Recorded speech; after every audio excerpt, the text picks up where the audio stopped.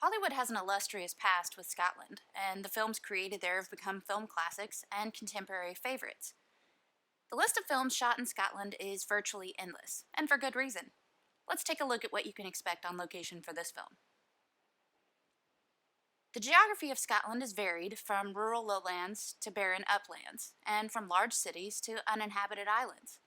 Scotland's located in the north one third of the island of Great Britain, shares its only land border with England, and is separated from Ireland by the North Channel and a mere 13 miles at one point.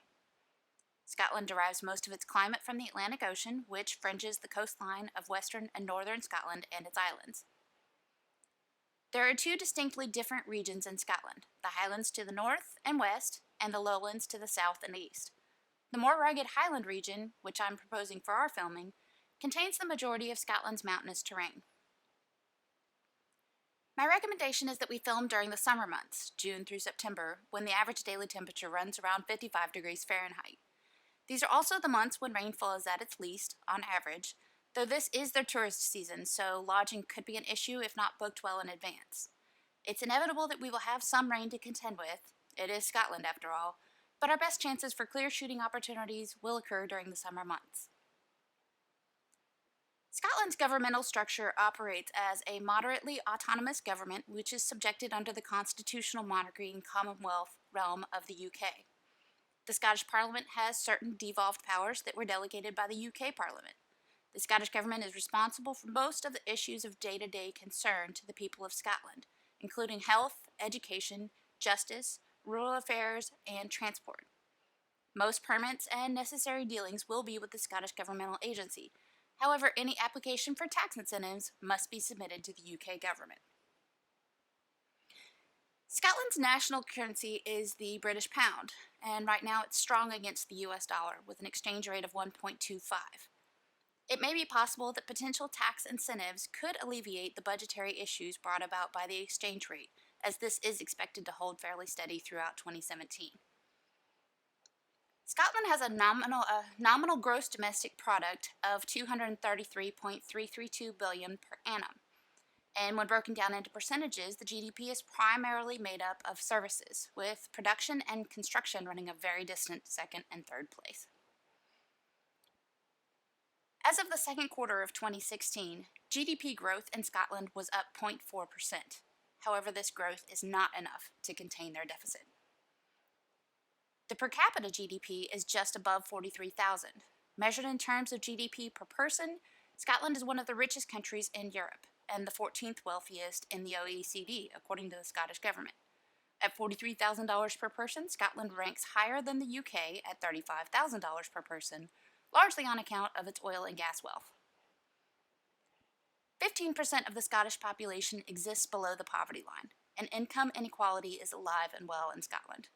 The income of the richest tenth of the population is equal to the income of the bottom 5/10 combined. All searches point to no known direct enemies of Scotland, so military unrest and disruption is of little concern for this filming location. However, the aftermath of Brexit could bring about big changes for Scotland, including the possible secession from the UK and subsequent realignment with the EU. So that's something that should be taken into account and evaluated during planning. The labor force in Scotland is not only willing, but also experienced, talented, and capable of fulfilling any needs that we have met. There are rave reviews from producers of previous film projects, as well as their stars, in regards to the world-class crews available in Scotland. The inflation rate in Scotland is expected to make an unprecedented leap in 2017, due in part to the Brexit decision, but should return to more reasonable rates in 2018, mostly leveling out by 2020, assuming no other significant governmental changes occur. Travel in Scotland's populated areas is easily managed by car, train, or bus, and most areas can be accessed via trunk roads. Reduced or negated tolls can be negotiated through Transport Scotland. There's a booming tourist trade in Scotland, which could prove troublesome during the prime shooting season. However, it also means that ample lodging and food exists and could be available to our crew, provided that arrangements are made in advance.